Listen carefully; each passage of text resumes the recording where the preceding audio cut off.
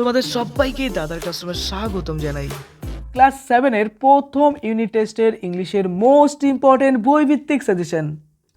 Class 7 এর English বইয়ের একদম প্রথম দিকে দেখো লেখা আছে কন্টেন্ট।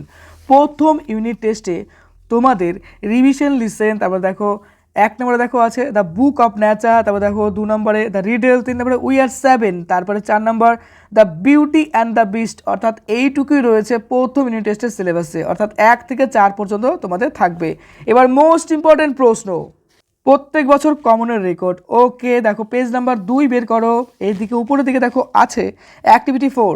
এখানে বলেছে দেখো fill in the blank by choosing the correct form of verbs from the given alternative. অর্থাৎ আমাদের এখানে দুটো অপশন দেওয়া আছে ভার্বের, এর মধ্যে যেটা সঠিক সেই ফর্মটাই কিন্তু আমাদের এখানে লিখতে হবে।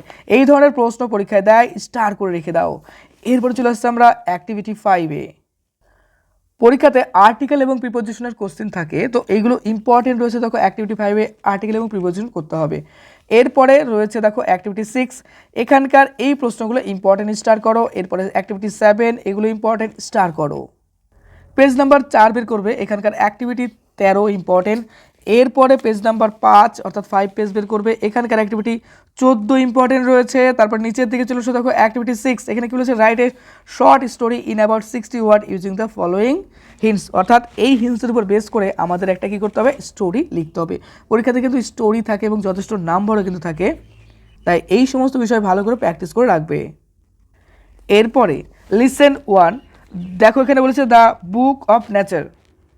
পরীক্ষায় এখান থেকে কিছু লাইন তুলে দেওয়া থাকবে এবং সেই লাইন রিলেটেড কিন্তু কিছু প্রশ্ন থাকবে, সেগুলো আমাদের সলভ করতে হবে, যেটা এক কথায় বলা হয় সিন, অর্থাৎ সিন প্যাসেজ। এরপরে পেজ নাম্বার 8 বের করবে, এখানকার অ্যাক্টিভিটি 1 এগুলো ইম্পর্টেন্ট স্টার করো, অ্যাক্টিভিটি 2 এই প্রশ্নগুলো ইম্পর্টেন্ট, এবং অ্যাক্টিভিটি 3 এবং অ্যাক্টিভিটি 4 এগুলো ইম্পর্টেন্ট স্টার করো।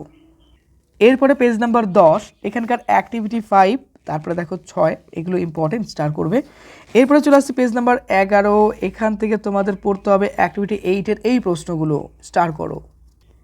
এরপরে 15 পেজ বের করবে, এখানে দেখো imagine that Nirmal is a boy living in Siliguri, his friend from Delhi Kanan has written him a letter, hair is the letter. দেখো তোমাদের পরীক্ষায় লেটার কিন্তু দেয়, তো চিঠি অবশ্যই প্র্যাকটিস করে রাখবে, এটা ভালো করে প্র্যাকটিস করে রেখো। এই প্যাটার্নগুলো ভালো করে প্র্যাকটিস করবে, পরীক্ষায় কিন্তু এই ক্ষেত্রে একটু চেঞ্জ করে দিতে পারে, তো প্যাটার্ন ভালো করে ফলো করলে কিন্তু অবশ্যই ভালো একটা এক্সাম দিতে পারবে।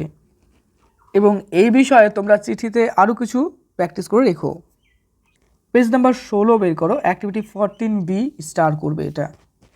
পেজ নাম্বার 18, দেখো লিসেন টু দ্য রিডেল। এক্ষেত্রে পরীক্ষাতে কিছু লাইন তুলে দেওয়া থাকবে এবং সেই লাইন রিলেটেড কিছু প্রশ্ন হবে, সেগুলো আমাদের সলভ করতে হবে। পেজ নাম্বার 21 অর্থাৎ 21 বের করবে, এখানকার একেবারে উপর দিকে দেখো অ্যাক্টিভিটি 1 এগুলো স্টার করবে। এরপরে অ্যাক্টিভিটি 2 এর এই প্রশ্নগুলো ইম্পর্টেন্ট স্টার করো। 22 অর্থাৎ 22 পেজ বের করবে, এখানকার অ্যাক্টিভিটি 3 এই প্রশ্নগুলো, তারপরে অ্যাক্টিভিটি 5 এর এই প্রশ্নগুলো, এবং অ্যাক্টিভিটি 6 এই যে এগুলো, এবং তার পাশাপাশি অ্যাক্টিভিটি 7 এগুলো স্টার করো। এরপরে 23 পেজ বের করো, এখানকার উপরের দিকে দেখো আছে অ্যাক্টিভিটি 8 এর এই যে প্রশ্নগুলো এগুলো স্টার করো।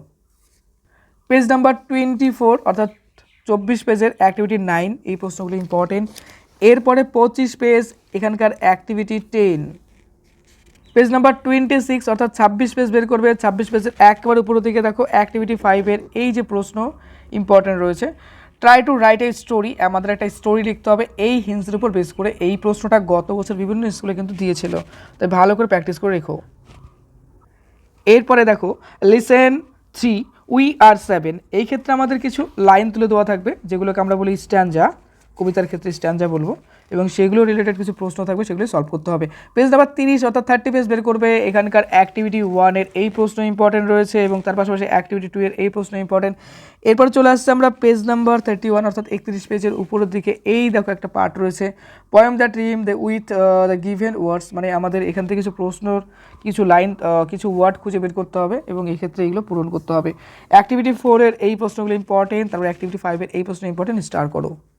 32 অর্থাৎ 32 পেজ বের করবে, লিসন নাম্বার 4, দেখো the beauty and the beast, দুর্ধর্ষ একটা গল্প, অবশ্যই পড়বে।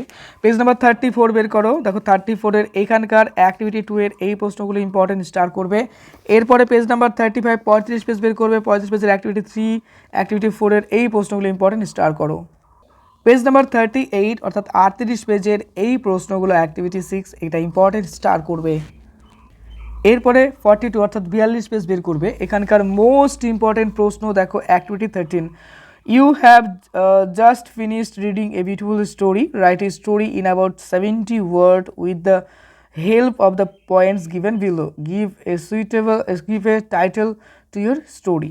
এখানে দেখো কি বলেছে যে তুমি একটা হয়তো খুব সুন্দর একটা গল্প শেষ করেছো, পড়া শেষ করেছো, তো সেই বিষয়ে তোমাদের কিছু একটা লিখতে হবে, একটা স্টোরি লিখতে হবে, এবং তার জন্য তোমাদের হেল্পের জন্য এখানে কিছু হিন্টস দেওয়া আছে, সেই হিন্টসের উপর বেস করে অবশ্যই ভালো করে প্র্যাকটিস করে রাখবে। One of the most important প্রশ্ন কিন্তু এটা ছিল।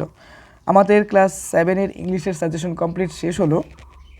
তোমাদের ক্লাসে ইতিমধ্যে অঙ্কের সাজেশন দিয়ে দিয়েছি এবং অন্যান্য সব সাবজেক্টের সাজেশন এবং মডেল কোশ্চেন সেট তৈরি হচ্ছে। অবশ্যই চ্যানেলে নতুন হলে সাবস্ক্রাইব করে রেখো আর ওইগুলো ভালো করে পড়ো। টার্গেট একটাই, সব থেকে বেস্ট রেজাল্ট করতে হবে। Okay, best of luck for your best exam. আর এই চ্যানেলে নতুন হলে অবশ্যই কিন্তু সাবস্ক্রাইব করে দিও। খুব ভালো থেকো।